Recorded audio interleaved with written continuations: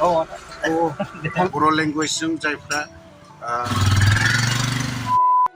जिबनाव first time इउटुबारखौ लोगो हमगोन आं दिनैहाय थांगासिनो दं नै नायबानो जाबायना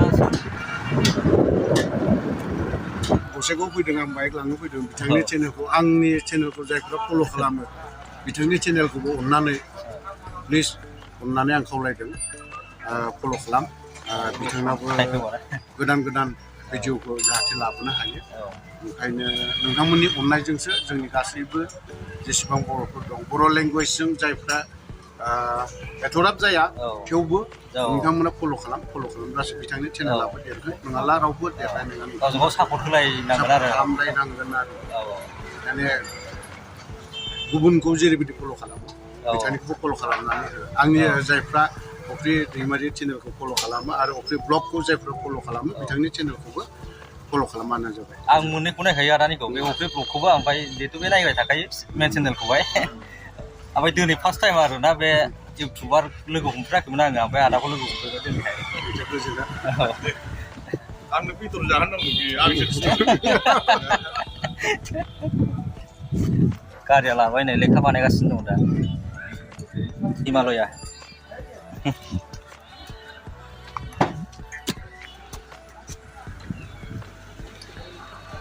बरिया नुखाबाय सालायबा रासिन स्टाइल नुबावगोन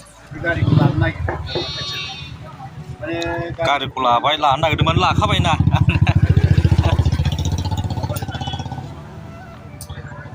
आरो अफ्रि गारि लाबाय नै बेखौ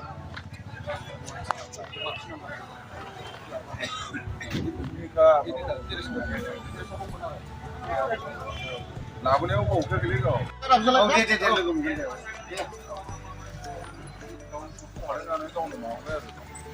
जोंना गन'सान होदोलाय औ नै भिडिअ बानायखाबाय आङो बाइकखौ आदानिखौ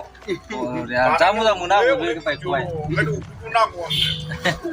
आदा लाबाय आदा अफ्रिया लाबाय नै बाइकखौहाय देखायनांगौ गन'सान बुंखाबाय आं माइनास खालामथार बिदाय लाबाय नै आदा थांसै थांनोसै आङो थांनो ओंखारबाय नै आदाया नेक्स्ट टाइम आं लोगो औ दे आदा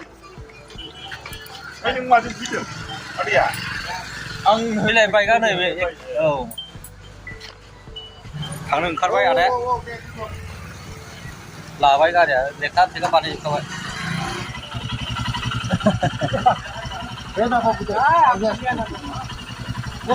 औ दे आदा